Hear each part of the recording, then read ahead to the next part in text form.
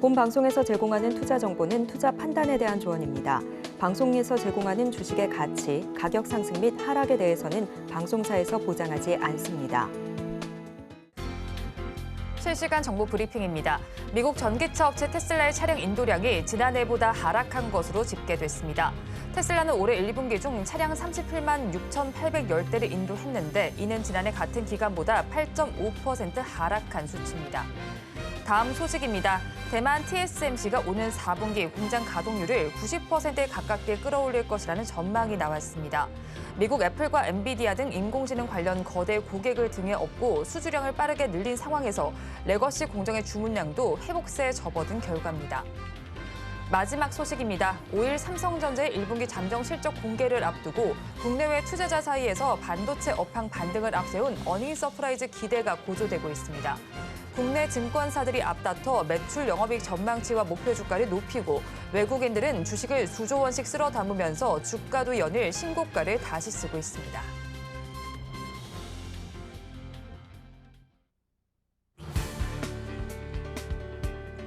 오늘장 내일장 일부 이 시각 시황으로 문 열겠습니다. 간밤 뉴욕 증시 일제히 하락 마감했습니다. 국채 금리와 유가가 상승세 보이면서 투자 심리가 얼어붙은 것인데요. 예상보다 강한 미국의 경제 지표에 금리 인하 시기가 늦춰지고 또 금리 인하 폭도 줄어들 것이라는 우려가 커지고 있습니다. 다우 지수는 1% 하락했고요. 나스닥과 S&P 500 지수도 각각 0.9%, 0.7%대 내림세 보이며 종가 형성했습니다. 머니맵 살펴보면요. 기술주 대부분이 내림세 보였습니다. 엔비디아 1% 넘게 빠졌고요. AMD도 2% 넘게 하락한 가운데 메타만이 1.2% 오름세 보여줬고요. 또 유가 상승세에 에너지 관련주도 탄력 받아가는 모습이었습니다. 한편 테슬라는 1분기 인도량을 공개했습니다. 전년 동기 대비 8.5% 감소하면서 38만 6천 대를 기록했는데요. 테슬라의 분기별 인도량이 감소한 것은 지난 2020년 이후 처음입니다. 이 같은 배경에는 모델 3 차량의 부분 변경으로 공장 가동 속도가 늦춰진 점, 또 전기차 시장 전반의 성장세 둔화도 인도량 부진에 영향을 미쳤을 것이라는 분석이 나오고 있습니다.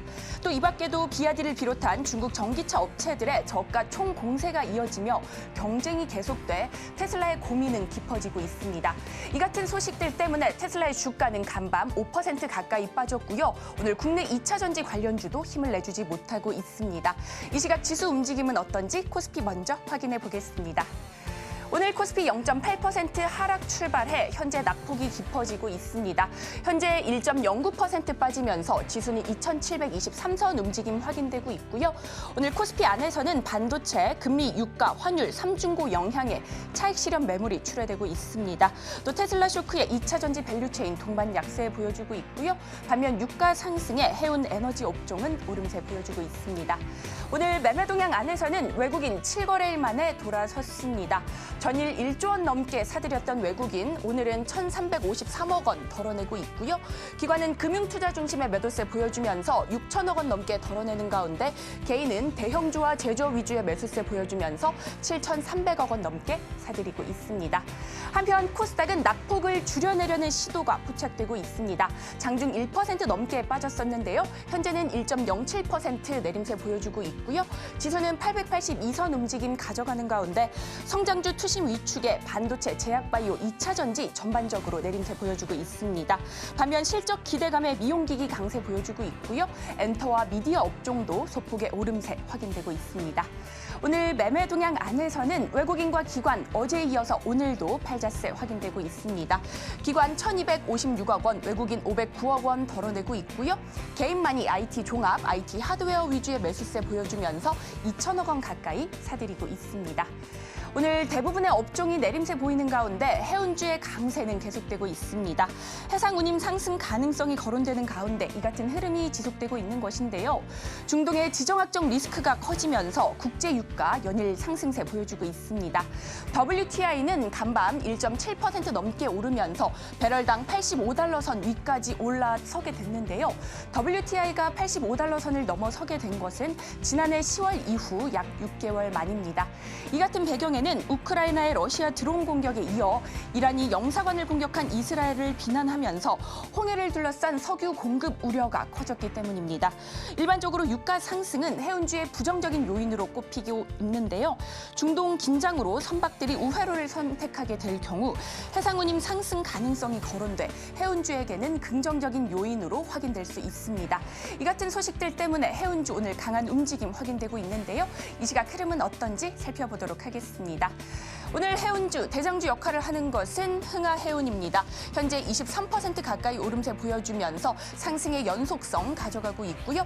이어서는 대한해운도 강합니다. 현재 6% 넘게 빨간불 켜주면서 2,005원에 거래되고 있고요.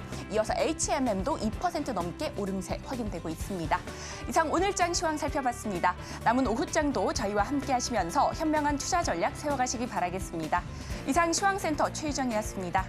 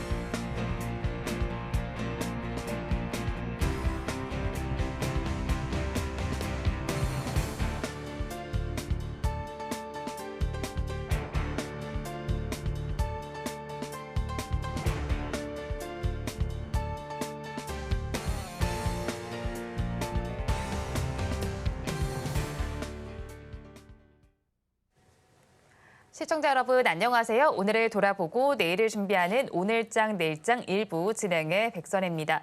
제롬 파월 연준 의장은 금리 인하를 서두르지 않을 것이라는 메시지를 계속해서 내고 있습니다. 미국 국채 금리는 5개월 만에 최고치를 다시 찍은 모습이 나타났고요. 위험 자산에 대해서 회피 심리가 드러나고 있습니다. 자, 이런 상황 속에서 우리 양대시장 하락세를 보이고는 있지만 그래도 낙폭을 줄이려는 시도를 장중 내내 해주고 있는 모습입니다. 그리고 앞서서 들으신 것처럼 테슬라의 인도량이 1분기 기준으로 급감한 것으로 집계가 됐습니다. 4년 만에 역성장을 기록했다는 소식 속에서 2차 전지 전반의 투심을 악화시키는 것으로 보이고요. 한편 국제 유가 역시도 5개월 만에 최고치를 찍었습니다. 이런 시장 어떻게 대응하면 좋을지 저희 방송과 함께 대응 전략 세워가시기 바랍니다. 저희 방송은 유튜브를 통해서도 보실 수 있습니다. 유튜브 검색창에 서울경제TV라고 검색하시면 저희 방송과 함께 하실 수 있고요. 본방송이 시작되기 전에 오후 1시부터는 유튜브 라이브 브런치로 먼저 찾아뵙고 있습니다. 이 점도 많은 관심 부탁드리겠습니다. 4월 3일 수요일입니다. 오늘장 내일장 일부 본격적으로 출발합니다.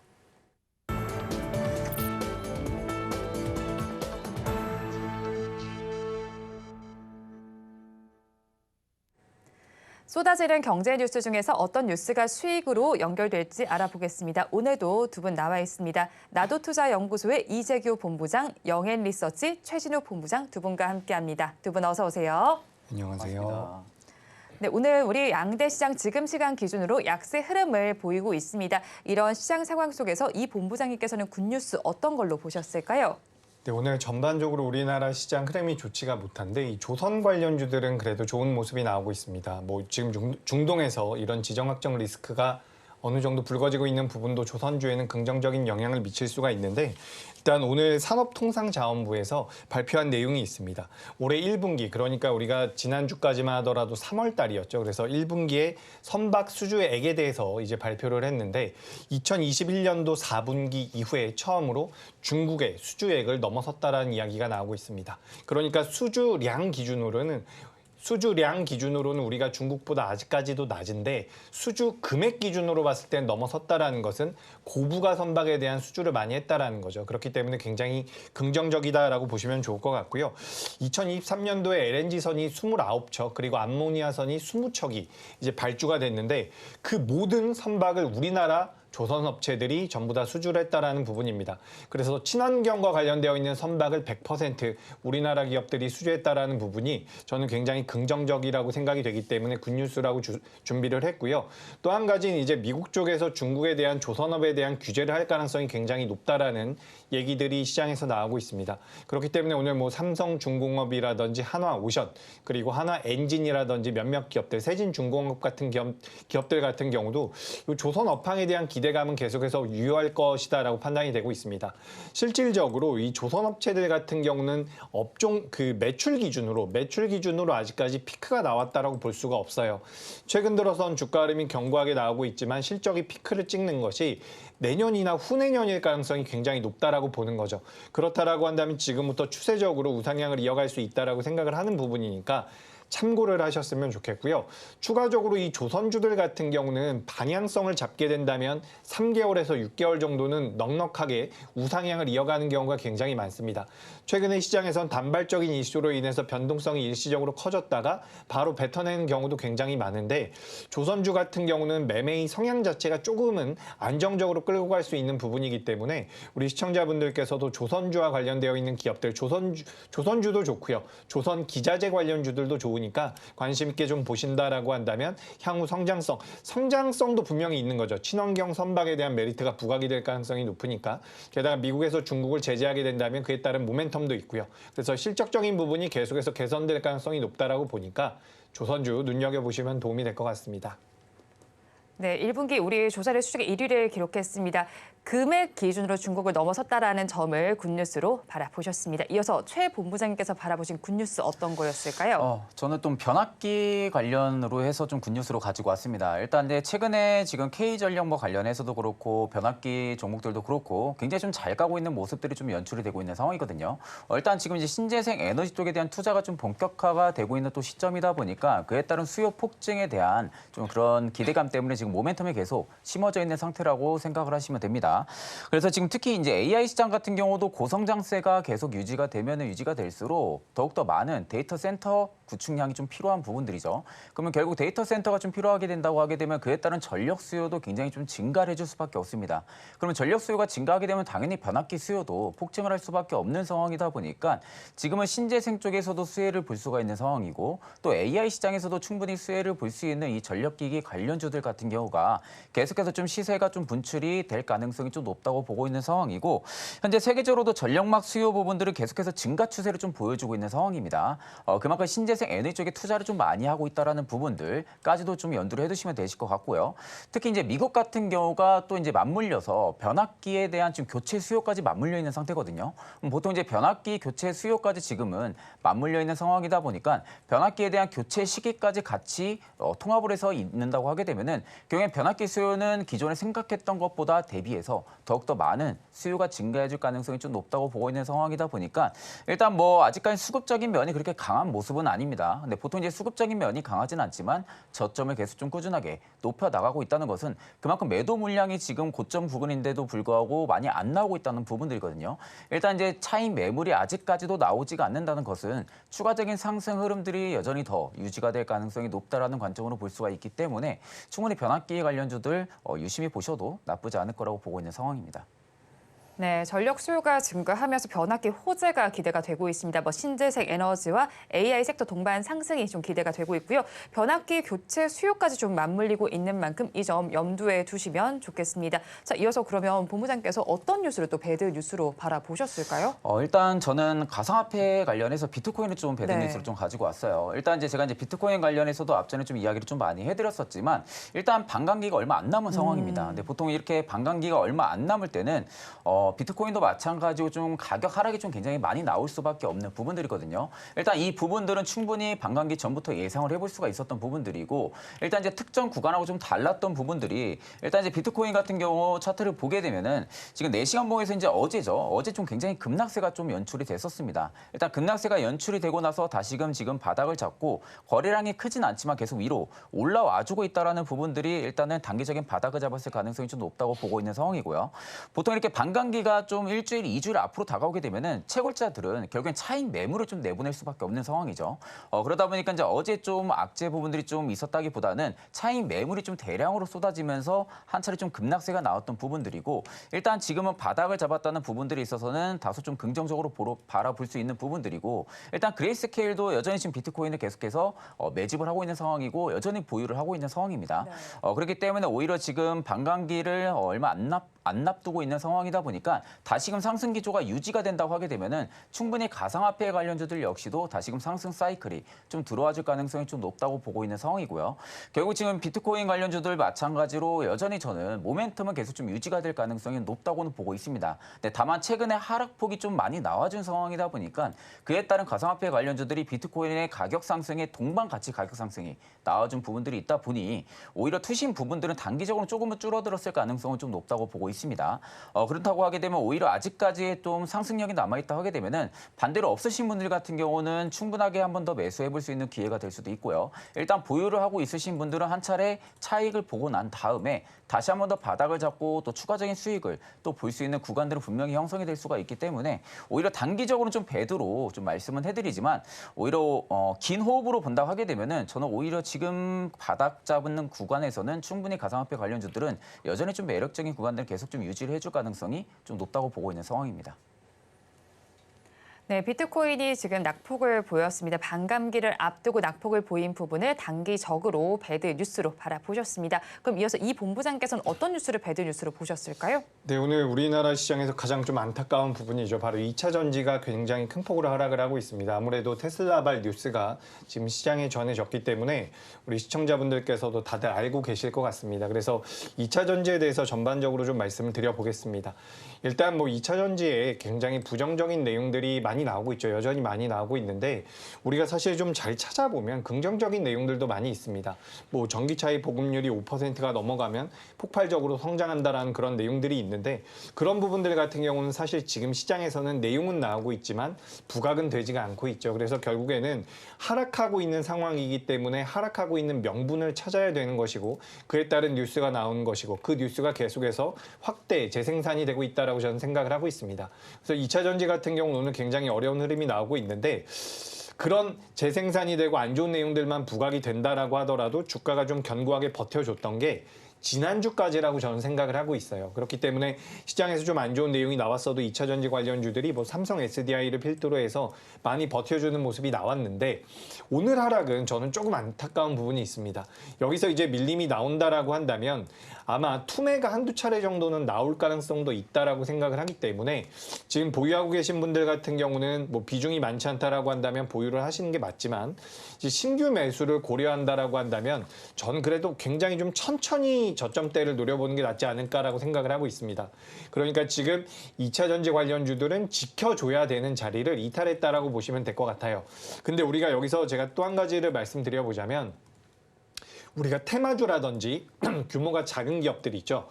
중소형주들 같은 경우는 사실상 지켜줘야 되는 자리를 일시적으로 이탈하는 경우가 굉장히 많습니다. 그렇기 때문에 그런 종목들은 이게 좀 속임수가 아닐까 이런 생각도 할 수가 있겠지만 우리가 규모가 큰 기업들, 시가총액이 뭐 1조가 넘어가는 기업들, 뭐 LG에너지솔루션은 시가총액이 80조가 넘어가는, 90조가 넘어가는 기업이죠. 근데 이런 기업들이 큰 폭으로 낙폭이 나온다라는 것은 분명히 물량이 나오고 있다는 뜻이에요. 그렇기 때문에 이게 일시적인 하락이라고 뭐 시간이 지났을 때는 이 자리가 저점일 수도 있지만 일단 오늘 하루 이틀 정도는 추이를 좀 더 보시는 게 어떨까라는 말씀을 드리고 싶습니다. 물론 이제 간밤에 테슬라가 완전히 저점대를 이탈하진 않았어요. 그렇기 때문에 테슬라가 오늘 밤에 어떻게 움직일지가 굉장히 중요한데 테슬라도 이제 쌍바닥 구간에 놓여 있는 상황이거든요. 근데 여기서 만약에 더 밀린다라고 한다면 말씀드린 것처럼 우리나라 2차 전지 같은 경우도 속도 조절이 좀 필요할 수가 있습니다. 물론 지금 2차 전지 관련주 중에서도 LNF 같은 경우는 현재 상승 전환이 됐고요. 그리고 제이오 같은 기업들이라든지 며칠 동안 이제 낙폭이 좀 나왔었던 2차 전지와 관련되어 있는 종목들은 오늘 양봉은 나오고 있거든요. 상승도 나오고 있기 때문에 완전히 붕괴된다라고 보진 않습니다. 하지만 하루 이틀 정도는 좀만 더 추이를 보시고서 접근하는 게 어떨까라는 말씀을 드리고 싶어요. 그래서 총 전체적으로 내용을 요약해 보자면 2차 전지에 대해서 분명히 긍정적인 내용도 있고요. 업황 자체가 이제 저점을 찍었고 돌아설 가능성이 높다라는 얘기도 저는 동의를 하고 있습니다. 하지만 주가 흐름상 오늘 하락은 저는 조금 안 좋다라고 보고 있어요. 그렇기 때문에 여기서 하루 이틀 정도 좀 버텨줘도 좋습니다. 버텨주는 것도 괜찮은데 이 하루 이틀 정도를 좀만 더 추이를 보고서 접근해 보는 게 어떨까 이렇게 의견 드리도록 하겠습니다. 네, 테슬라가 4년 만에 역성장했다는 소식이 들려옵니다. 이에 따라서 우리 2차 전지주들 전반 약세를 보이고 있는데 지금 지켜줘야 할 자리를 지키지 못하고 있다. 이 부분 배드 뉴스로 바라보셨습니다. 이어서 오늘 장에서는 어떤 섹터가 움직이고 있는지 살펴보겠습니다. 1시 30분 기준 상승 섹터, 하락 섹터 하나씩 살펴보시죠. 상승하는 섹터를 먼저 살펴보겠습니다. 오늘 네트워크 통합 섹터에서 가장 큰 강세가 나타납니다. 8%대 강세 흐름이 나타나고 있는데요. 이 안에서는 링네트의 강세가 눈에 띄고 있습니다. 링네트 최근 무상 증자를 결정한 이후에 상승세를 보여주고 있습니다. 지금도 13% 정도로 상승률을 나타내고 있는 상황이고요. 그 다음을 이은 섹터가 해운 섹터입니다. 5.14%의 강세가 포착이 되고 있는데요. 국제 유가의 상승세도 나타나고 있고요. 해상 운임 상승 가능성도 있습니다. 이에 따라서 해운 섹터가 움직이고 있는데 그 안에서는 흥하해운이 가장 강합니다. 23%대 후반대 상승률을 보여주고 있습니다. 그 다음을 이은 섹터가 유리기판 섹터입니다. 4.56%의 상승률이 나타나고 있는데요. 글라스 소재 기판이 플라스틱 기판에 대체할 것이라는 기대감 덕분입니다. 섹터 전반 훈풍을 받아가고 있고요. 자, 그 다음으로는 신규 상장 섹터입니다. 4.14%의 강세가 나타나고 있는데 오늘 시장에 입성한 IMBDX가 지금 상승률을 보여주고 있습니다. 지금 시간 기준으로 145%대의 상승률이 포착이 되고 있는 상황이고요. 마지막으로는 우리나라에 상장한 중국 기업입니다. 이 안에서 윙이푸드가 나스닥 시장 상장을 통해서 최대 3천만 달러의 자금 유입을 기대한다는 소식이 들어오고 있습니다. 이 소식 속에서 섹터 전반의 훈풍을 가져오고 있는데요. 2.98%의 상승률이 나타나고 있습니다. 다음 장으로 넘어가서 하락하는 섹터 하나씩 살펴보겠습니다. 하락하는 섹터에서는 단연 2차 전지 섹터가 눈에 띄고 있습니다. 앞서서 전해주셨던 테슬라의 소식 속에서 약세가 나타나고 있습니다. 1분기 차 인도량이 4년 만에 감소했다는 소식이었는데요. 4%대 급락 양상이 펼쳐지고 있고요. 그 다음을 이은 섹터가 자전거 섹터입니다. 자전거 섹터에서는 한국석유의 약세가 눈에 띄고 있습니다. 지금 7% 넘게 빠지는 모습이 나타나고 있고요. 최근 국제유가가 급등하면서 변동성이 나오고 있는 종목이라는 점 참고를 해보시면 좋겠습니다.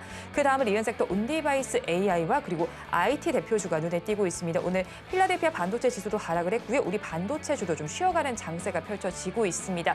온디바이스 AI 섹터에서는 2.91%의 내림세가 IT 대표주 단에서는 2.53%의 내림세가 나타나고 있고요. CCTV와 DBR 섹터에서도 2.64%의 내림세가 포착되고 있습니다.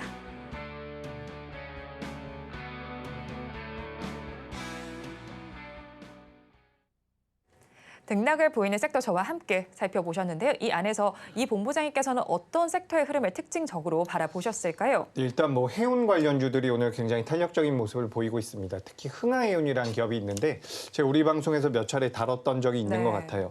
흥하해운 같은 경우는 뭐 운임 상승에 대한 기대감도 있지만 이 회사 같은 경우는 굉장히 좀 특징적인 부분들이 있습니다. 우리 시청자분들께서도 같이 좀 체크를 해보시면 좋을 것 같은데 흥하해운 같은 경우는 지금 대주주의 지분율이 85% 정도가 됩니다. 그렇기 때문에 실제로 시장에서 거래가 되고 있는 유통 물량 자체가 적어요. 여기 보시면 이제 잔금 상선에서 지분율이 85% 정도를 가져가고 있죠.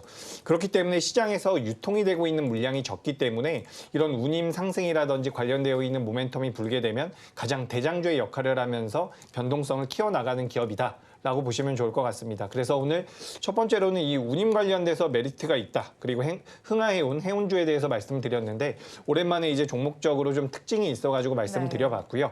그리고 유리기판 관련주들도 오늘 변동성이 좀 나오고 있습니다. 뭐 필옵틱스라든지 관련되어 있는 종목들이 18%, YC캠 같은 경우도 주가 흐름이 굉장히 강하게 나오고 있는데 AMD가 이 반도체 제조에 유리기판을 도입할 건데 그를 위해서 이제 공급망 구축에 착수했다라는 내용이 나왔습니다. 그로 인해서 YC캠과 필옵틱스 같은 기업들이 지금 변동성을 키우고 있는데 올해 말 정도에 어떻게 보면 양산이 들어가고 매출로 잡히기 시작할 수도 있다라는 얘기들이 나오고 있습니다. 저는 조금 먼 얘기라고 생각을 했는데 일단 시장에서 판단을 하기로는 긍정적인 모멘텀들이 계속해서 좀 부각이 되고 있는 것 같습니다.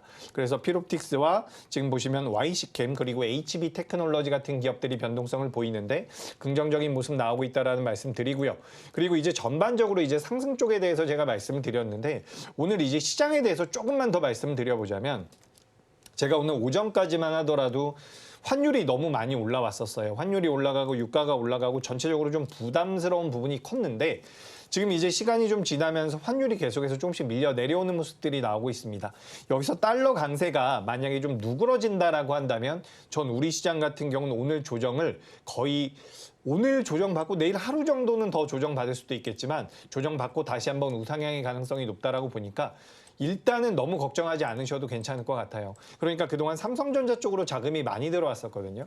근데 오늘은 이제 삼성전자에서 좀 빠지면서 다른 쪽에 대한 매물들도 어느 정도 나오고 있지만 그 금액 자체가 크지가 않습니다. 그래서 하루 이틀 정도 우리 시장이 하방 경직을 보인다라고 한다면 재차 우상향을 할 가능성이 높다라고 보니까 이 부분을 참고하셨으면 좋겠습니다. 네, 오늘 해운주의 강세 흐름을 먼저 짚어주셨습니다. 흥하해운이 그 안에서 좀 특징적으로 움직인다라고 말씀을 전해주셨는데 운임 상승 등의 이슈가 있을 때 가장 대장으로 움직인다라고 정리를 해주셨고요. 유리기판 쪽에서의 강세도 나타나고 있습니다. 그 안에서는 필옵틱스와 YC캠이 급등 양상을 펼쳐주고 있는데요. AMD가 공급망 구축에 착수했다라는 소식 속에서 급등 양상이 펼쳐지고 있다는 점 참고를 해보시기 바랍니다.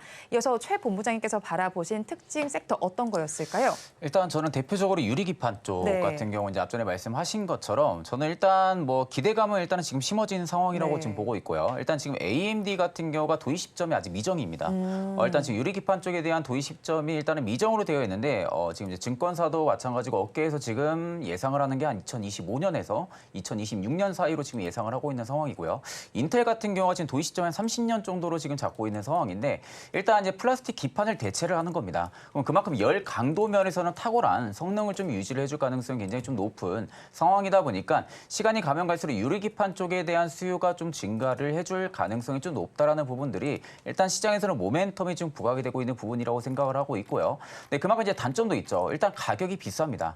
일단 이제 플라스틱 기판에 대비해서 유리기판 같은 경우가 가격이 굉장히 좀 비싼 상황이다 보니까 이 부분들을 어떻게 좀 잡아 나갈지 부분들 좀 미지수이긴 한데 일단 아직까지는 시장에서는 그 우려감을 지금은 생각을 하고 있는 부분들은 아니라고 생각을 하고 있어요. 일단 AMD도 마찬가지고 인텔도 마찬가지고 계속해서 유리기판 쪽에 대한 전환을 하게 되면은 각 글로벌 빅테크 업체들도 여전히 전환을 할 수밖에 없는 그런 상황이다 보니까 가격이 아무리 좀 비싸다고 해도 수요는 계속 좀 증가를 해줄 것이다라는 이런 기대감이 일단 시장에서는 계속 조성이 되고 있는 상황이어서 일단 그 중에서도 이제 대표적으로 저는 대장인 삼성전기가 일단 움직여야 된다고 생각을 합니다.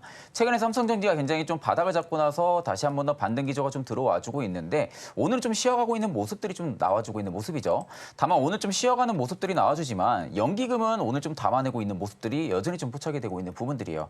일단 메이저들이 최근에 삼성전기 쪽에 좀 집중을 하고 있고 매수세를 좀 넣어준다는 부분들이 다소 좀 긍정적으로 바라볼 수 있는 부분이라고 생각을 하고 있고요. 이제 또 이제 중국 같은 경우에서도 지금 신규 스마트폰 교체 수요가 지금 맞물려 있는 상황이다 보니까 그에 따라 MLCC 부분들의 수요도 증가를 해줄 수 있는 부분들이 모멘텀으로 맞물려 있는 상황이어서 삼성전기 같은 경우는 올해가 일단은 좀 실적에 대한 부분들을 충분히 기대를 해볼 수 있지 않을까라고 보고 있는 상황이고 유리기판 쪽이 계속해서 사이클이 잡히려면은 삼성전기의 수급이 끊기면 안 됩니다. 일단 삼성전기를 필두로 보셔가지고 유리기판 쪽에 대한 섹터가 계속 순환매가 돌아주는지를 좀 체크를 하신 다음에 투자를 좀 잡으시면 되실 것 같습니다.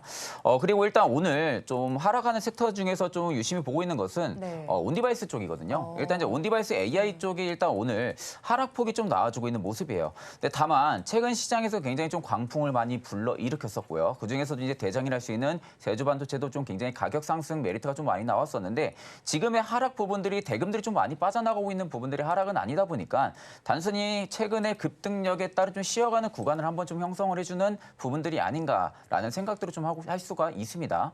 그렇기 때문에 오히려 이제 AI 시장이 계속해서 보편화가 되고 있고 상용화가 좀 커지고 인프라가 좀 확대가 된다 하게 되면은 경영 온디바이스 AI 같은 경우는 여전히 좀 주목을 해보셔야 돼요.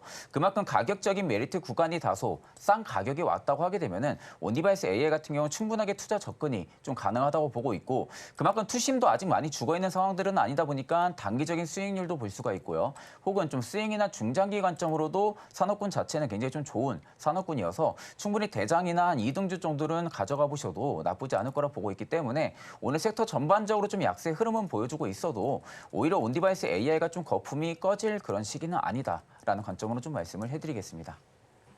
네, 상승하는 섹터와 하락하는 섹터를 하나씩 좀 짚어주셨습니다. 유리 기판 섹터, 상승 섹터 내에서 좀 특징적으로 바라보셨는데 그 안에서는 대장 주격인 삼성전기가 움직여야 한다라고 정리를 해주셨고요. 하락 섹터 쪽에서는 온디바이스 AI를 짚어주셨습니다. 지금 하락 오히려 가격 메리트가 부각되는 시점이다라고 정리를 해주셨습니다. 자, 그리고 하락하는 섹터 중에 앞서서 뉴스를 통해서도 다뤄주셨지만 2차 전지 섹터를 좀 빼놓을 수가 없을 것 같아요. 오늘 좀 큰 약세가 나타나고 있고 셀 3사가 모두 좀 많이 빠지고 있잖아요. 자, 오늘의 약세 저희가 어떤 기회로 좀 삼아 봐야 하는 걸까요? 일단 뭐 기회는 맞다라고 생각을 네. 하는데 너무 급하게 보시면 안 된다라는 아까 말씀드린 내용을 또 한번 반복드리고 싶습니다. 그러니까 굉장히 웃기죠. 왜냐하면 어제는 10,000원이었고 오늘은 9,000원이었는데 어제는 매수해도 된다라고 말씀드렸는데 오늘 안 된다라고 이야기를 하고 있습니다. 왜냐하면 지금 이제 주가 흐름이라는 것은 어느 정도의 중요한 라인 자체가 있어요. 가격대가 있는데 그 가격대를 이탈하게 되면 결국에는 돌아온다라고 하더라도 시간이 좀 걸릴 가능성이 있다라는 거죠. 그래서 지금 2차 전지를 좀 매매하겠다라고 생각이 되는 분들이라고 하더라도 저는 굉장히 소량으로 분할 매수를 하시는 게 맞다라는 말씀을 드리고요. 그리고 앞서 말씀드렸던 것처럼 오히려 하루 이틀 정도는 좀 관망하시는 것도 좋겠다라는 말씀을 드리고 싶습니다. 그래서 지금 보시면은 장후반부에 우리나라 종합주가지수가 조금씩 반등을 하거든요. 그럼에도 불구하고 지금 2차 전지 대표적인 종목들이 많이는 못 돌려 세우고 있어요. 오히려 규모가 좀 작은 기업들 같은 경우는 양봉이 좀 나오고 있는데 큰 기업들이 돌려 세우지 못한다라고 한다면 말씀드린 것처럼 하루 이틀은 추이를 좀 더 보시는 게 맞지 않을까 이렇게 좀 생각이 되고 있는 부분입니다. 그리고 오늘 이제 하락하고 있는 섹터들 중에서 2차 전지가 가장 대표적이라서 제가 좀 말씀드렸는데 네. 오늘 또 이제 하나 에어로스페이스가 낙폭이 굉장히 크게 나왔죠. 지금 이제 관련돼서 무슨 뉴스들이 계속해서 좀 나오는 것 같은데 장중에 좀 많이 밀렸었어요. 그리고 지금 아랫꼬리가 달렸는데 하나 에어로스페이스가 밀리면서 오늘 방산주들도 전반적으로는 아니고 몇몇 기업들이 차익 물량이 나왔는데 방산주 같은 경우는 오히려 조정을 받게 된다면 저는 매수의 기회가 될 수도 있다라고 생각을 하고 있습니다. 그래서 이런 부분들을 좀 참고하시면 좋을 것 같고요. 다만 한화 에어로스페이스 같은 경우는 오늘 종가 기준으로 23만 원 이상에서 마감되지 않는다면 지금 현재 거래가 되고 있는 거래 가격이 22만 8천 원인데 23만 원 선을 넘지 못한다라고 한다면 당분간은 하락할 가능성도 있습니다. 그러니까 내가 지금 방산주에 대한 관심이 있다라고 한다면 한화 에어로스페이스보단 다른 기업들을 좀 보시는 게 어떨까라는 말씀을 드리고 싶어요. 오늘 종가 기준으로 23만 원이 회복되지 않으면 다른 종목 보시는 게 좀 더 낫겠다. 이렇게 말씀드리겠습니다. 네, 2차 전지주와 관련해서는 조금 더 시간을 두고 바라보자라고 정리를 해주셨고요. 한화 에어로스페이스 이야기를 해주셨는데 오늘 이제 2시부터 사업 구조 개편 설명회가 열리고 있습니다. 이 점 한번 참고를 해보시면 좋겠고요. 2차 전지 이야기를 조금 더 짚어보겠습니다. 트럼프 전 대통령이 좀 이런 발언을 했죠. 전기차는 중국이 다 만들 것이다. 그런 만큼 임기 첫날 전기차에 대한 보조금을 폐기할 것이다. 이런 발언을 일단 하기는 했어요. 이 발언 저희가 좀 어떻게 시장이 영향을 받을지 궁금한데 어떻게 보세요? 일단 이제 미 대선 기간에서도 이런 이야기는 종종 나왔었어요. 네. 일단 전기차 보조금 관련해서 이제 폐지를 시키겠다. 결국 이제 중국 쪽을 키운다는 거죠. 그러니까 결국 이게 지금의 바이든과 트럼프가 좀 다른 점은 바이든 같은 경우는 좀 우호적인 국가들을 좀 많이 키우려고 하고 있고 그리고 이제 트럼프 같은 경우는 철강을 굉장히 좋아합니다. 철강, 금속 이런 쪽에 대한 지금 생산 캐파를 키우려고 하는 그런 의지가 좀 높다 보니까 결국에 이제 철강에 대한 수요가 많은 중국 쪽을 지금은 밀어주려고 하는 거죠. 그러니까 지금 인물 간의 어느 정도 정치적인 구도가 좀 다른 부분들이 있는데 사실 전기차 보조금을 쉽게 저는 폐지는 못할 거라고 봐요. 일단 이제 공화당 주요 인사들 자체도 전기차에 대한 투자 인프라를 많이 해놓은 상태입니다. 그러니까 결국엔 주요 인사들까지도 본인들의 자금이 들어가면서 전기차 쪽에 대한 보조금의 혜택을 받기 위해서 어느 정도 투자적인 정책을 좀 펼쳤던 부분들이 있기 때문에 이런 부분들을 전부 다 무시를 하고 트럼프가 좀 독단적으로 전기차 보조금을 좀 폐지를 하고 중국 쪽에 대한 보조금에 대한 뭐 혜택이라든지 중국에 대한 전기차 점유율이라든지 이런 부분을 좀 높여 나가겠다는 부분들은 분명히 반대 성향이 굉장히 좀 클 겁니다. 그렇기 때문에 일단은 우려감의 지금 이야기는 나오고는 있는 상황이긴 하지만 일단 저는 단기간 우려감으로만 그냥 남을 가능성이 좀 높다고 보고 있고 사실 전기차 보조금 폐지가 그렇게 쉬운 일이 아니에요. 일단 그렇게 쉬운 일이 아니라는 점을 좀 견해로 봤을 때는 만약에 추후에 트럼프 쪽에서 만약에 또 전기차 보조금을 뭐 다시 한번 더 생각을 해본다라든지 뭐 이런 이슈가 나오면은 그만큼 주가 하락이 빠졌던 부분들을 빠르게 반영해서 다시 회귀를 시킬 가능성이 높습니다. 그럼 결국 주가에 대한 되돌림이 다시 또 빠르게 나와줄 수 있는 구간이라고 저는 좀 생각은 하고 있지만 일단 시장의 좀 트레이딩 관점으로만 놓고 봤을 때는 아직은 일단 악재라기보다는 좀 우려감이 남아있는 상황이죠.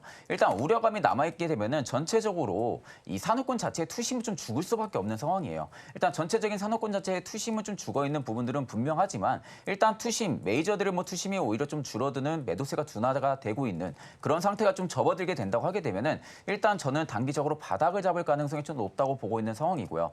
결국엔 지금은 우려감을 생각을 해서 투자를 안 한다기보다는 일단 저는 현 구간에서는 충분히 또 매집을 좀 해볼 수 있는 그런 구간이 될 수도 있다고 보고 있습니다.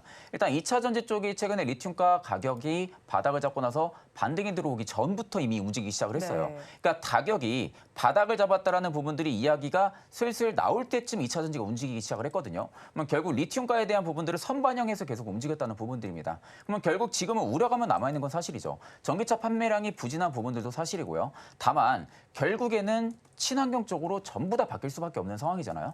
친환경 쪽으로 바뀔 수밖에 없는 상황이지만 일단은 그 시기가 언제가 될지가 모를 뿐이지 전기차에 대한 인프라는 분명히 확충은 될 겁니다. 그러면 그 부분들이 주가가 6개월 선행으로 먼저 움직인다고 대체적으로 그렇게 좀 이론이 나와 있는데 결과론적으로 놓고 보면은 일단 보조금에 대한 이야기는 다시 한 번 더 우려감이 종식시키고 나서 좀 기대감에 다시 한 번 더 반등이 나와줄 가능성이 좀 높다고 보고 있는 상황이다 보니까 오히려 지금은 이 우려감을 뭐 처음 생각했던 이슈도 아니고요. 그 전부터 이미 나왔던 이슈, 그 이슈를 계속 좀 되돌리면 하는 부분들이죠. 문장만 좀 바꿔가지고. 그렇기 때문에 너무 크게 그렇게 걱정할 필요는 없지 않을까 그렇게 보고 있는 상황입니다. 네, 일단 당장은 우려감은 크지 않다라고 말씀을 전해주셨고 대선 이슈에 따라서 좀 움직일 수 있다라고 정리를 해주셨습니다. 이어서 원픽 섹터 알아보겠습니다. 이 본부장님 어떤 섹터 가지고 오셨나요? 네, 일단 제가 원픽 섹터 말씀드리기 전에 잠깐만 그 2차 전지 조금만 더 말씀드려보자면 지금 트럼프가 이런 발언을 한 게 그러니까 바이든 대통령이 전기차를 육성하려고 하잖아요. 네. 그렇다라고 한다면 미국 내에 있는 자동차 산업이 무너지기 때문에 중국 쪽을 살려주는 꼴이 된다. 뭐 이런 내용으로 지금 제가 알고 있습니다. 그렇기 때문에 지금 바이든과 트럼프는 서로 경쟁을 하고 있는 관계이기 때문에 네. 서로 약간 헐뜯고 있는 그런 부분이 있는 거죠. 그래서 굉장히 워딩이 세게 나왔는데 사실 이런 부분들 같은 경우는 선거철에는 의뢰 있는 부분이라고 생각을 하고 있고요. 네. 아까 전에 이제 우리 최진욱 본부장님께서 말씀하신 것처럼 정책적으로 진행이 되고 있었던 것을 한 번에 엎을 수는 없다라는 말씀에 저는 100% 동의를 하고 있습니다. 그렇기 때문에 이런 부분들 같은 경우는 이제 이슈가 계속해서 되고 있지만 가장 중요한 것은 지금 일단 테슬라 쪽에서 판매가 많이 주저앉았다라는 부분이죠. 그래서 우리가 이거를 여러 가지 방법으로 물론 제가 무조건 맞았다라는 것도 아니고요. 여러 가지 방식으로 방향으로 우리가 분석을 할 수가 있는데 일단 지금 시장에선 테슬라 쪽에 대한 리스크를 많이 반영을 하고 있는 것 같다. 저는 이렇게 좀 말씀을 드리고 싶고요. 그래서 이제 갑자기 제가 이제 원픽 제가 선호하고 있는 종목군으로서 오늘 말씀을 좀 드려보자면 오늘 미용 쪽에 대한 종목군들이 잘 움직임이 나오더라고요. 뭐 원택 같은 경우도 오늘 장 초반에 변동성이 굉장히 크게 나왔고요. 뭐 제이시스 메디칼 같은 경우도 주가 흐름이 좀 잘 나왔고 전부 다 이제 미용기기 관련되어 있는 종목이라고 보시면 될 것 같은데 오랜만에 이제 저점에서 파마 리서치 같은 종목들도 좀 올라오더라고요. 보톡스와 관련되어 있는 기업인데 요 미용 쪽에 관련되어 있는 종목군들 우리가 좀 보는 게 어떨까라고 생각이 듭니다. 최근 들어서 뭐 매출도 계속해서 잘 나오고 있다라는 부분인데 제가 오늘은 이제 이 미용기기 쪽에 대해서 말씀을 드리고 싶어요. 아무래도 이제 4월 달에 들어오게 되면 1분기 때 어떻게 진행을 했는지에 대한 결과물을 받게 됩니다. 그죠? 그렇기 때문에 아까 전에 뭐 조선주에 대해서 말씀을 드릴 때에도 1분기 수주량이 많았기 때문에 뭐 우리나라가 1등을 했다라는 말씀을 드렸는데 4월 달이 되면 실적에 대한 부분들이 부각될 가능성이 높아요. 그렇다라고 한다면 실적이 잘 나올 것이고 더 중요한 것은 앞으로 2분기, 3분기에도 잘 나올 기업들을 우리가 선별하는 것입니다. 그런 관점에서 봤을 때 휴젤 같은 경우는 이 보톡스와 관련돼서 미용 시술 선도업체라고 보시면 선도업체라고 보시면 좋을 것 같은데 네. 유럽 쪽에서는 매출이 굉장히 안정적으로 나오고 있었던 상황이에요. 20개국 넘는 나라에서 이 보톡스와 관련되어 있는 매출이 나오고 있었던 상황에서 올해에 미국 쪽에 대한 FDA 승인을 받았습니다. 그래서 이제 미국 시장을 진출한다라는 거죠. 그래서 미국 시장이 굉장히 커요. 그래서 이 미국 시장 쪽에 대한 모멘텀들이 올해부터 부각이 된다라고 한다면 굉장히 크게 성장할 가능성이 저는 높다라고 보고 있기 때문에 미용기기나 미용 관련되어 있는 종목군들을 봐야 된다라고 말씀드리고 싶고요. 그 중에서 이제 제가 오늘 원픽 종목으로 준비한 것은 이 휴젤이라는 기업입니다. 그래서 이 기업 같은 경우 2020년도에 해외 매출 비중이 42%. 그런데 이제 2022년도에 53%였습니다. 근데 2025년도까지는 해외 매출의 비중을 80%까지 늘리는 것을 목표로 하고 있다라고 하고 있어요. 네. 근데 그 중에서 미국 시장에 진출한다라고 한다면 그 목표가 좀 앞당겨질 가능성도 굉장히 높다라는 거죠.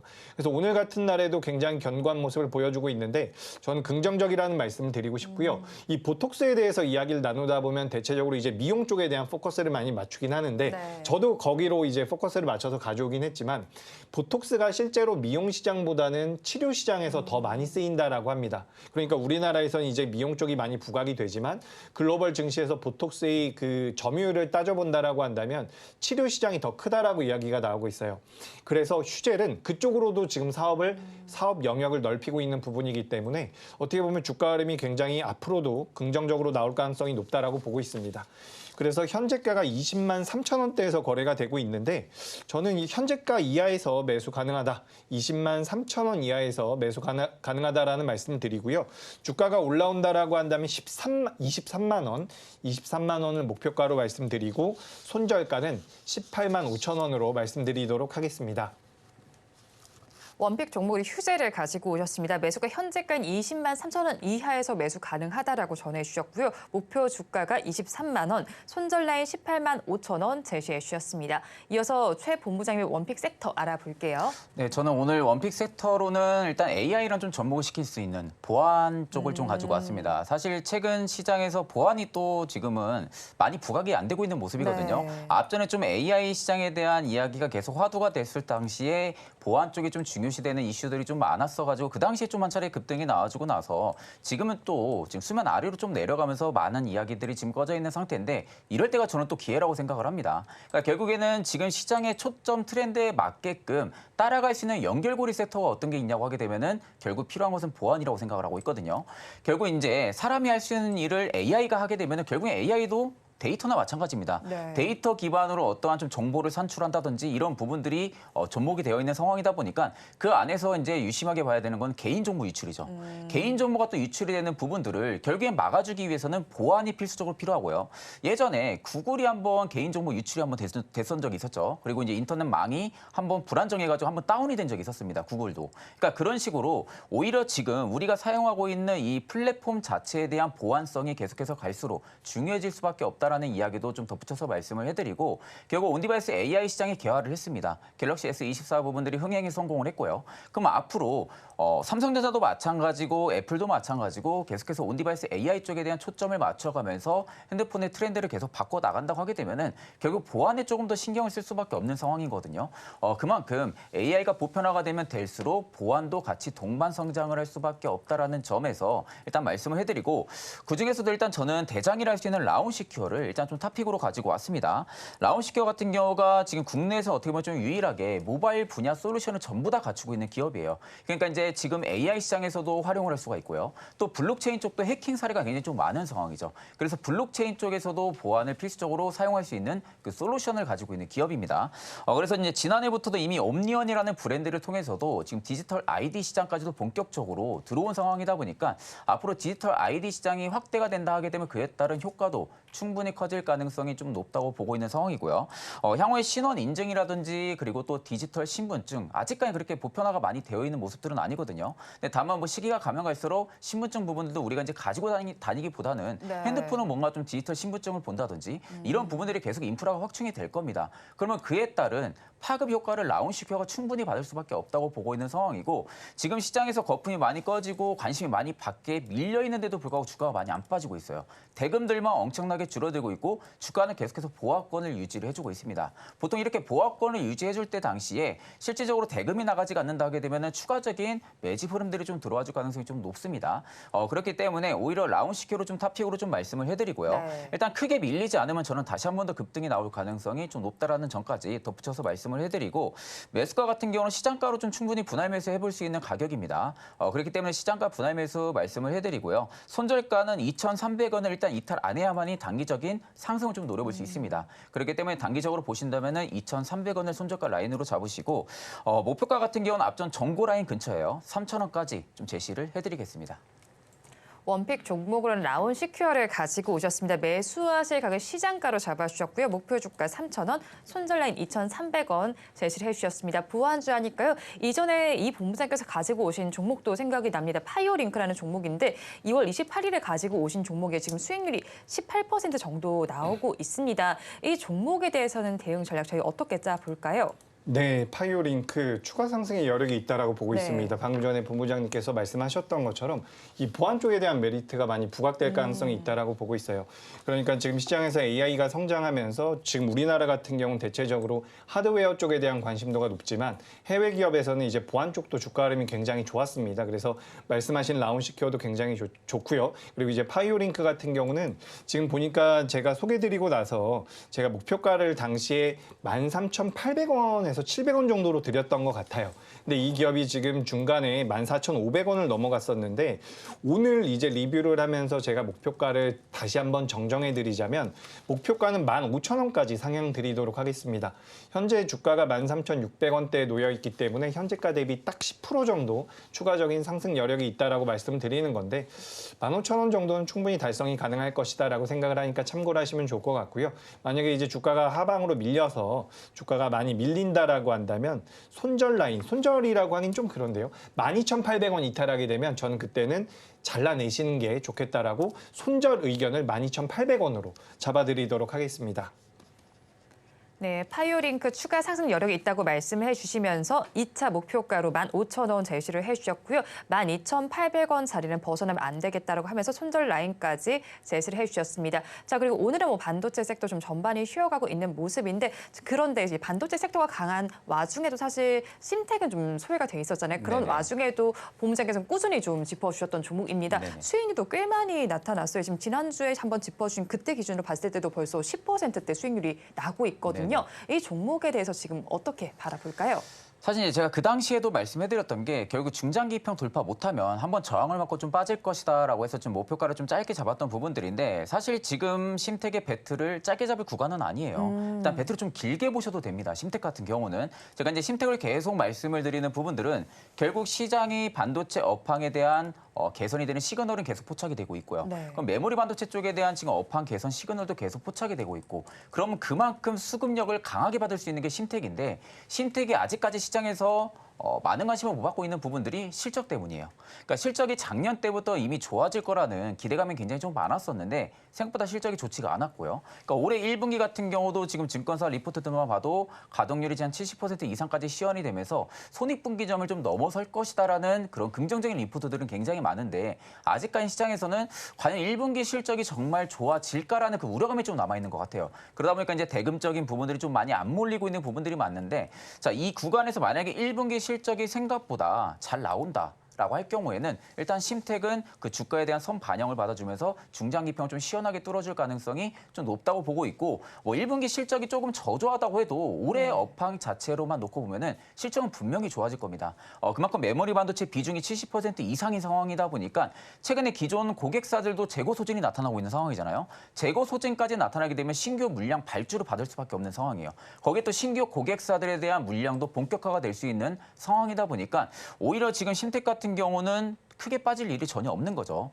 그렇기 때문에 오히려 심택은 제가 만약에 지금 가지고 있다라고 할 경우에는 한 차례 뭐 분할매를 한번 진행을 하신 다음에 추후에 한 번 더 추가적인 비중 추가를 해보셔도 나쁘지 않을 거라 보고 있고 일단 월봉상에서 보게 되면은 계속해서 지금 라인 한 28,000원대, 9,000원대 계속 지켜주고 있습니다. 네. 한 차례 밀리고 나서 그 당시에가 작년 12월 때였어요. 작년 12월 때부터 이 저점은 계속 지켜주고 있는 상황이거든요. 그러니까 작년 12월부터 저점을 계속 지켜주면서 거래 대금들이 계속 증가해준다는 부분들은 지금 이 구간이 바닥일 가능성이 굉장히 높다는 겁니다. 그렇기 때문에 일단은 손절가 라인 한 28,000원대 좀 길게 보신다면 28,000원 초반대로 좀 잡으시면 되시고요.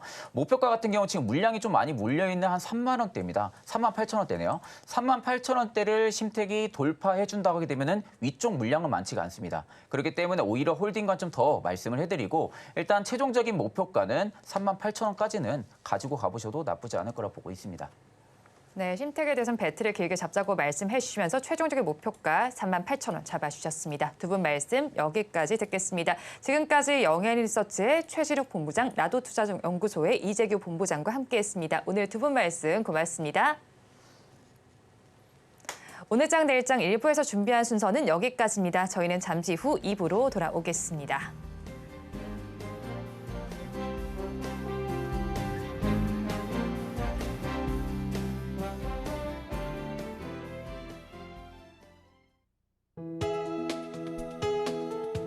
본 방송에서 제공하는 투자 정보는 투자 판단에 대한 조언입니다.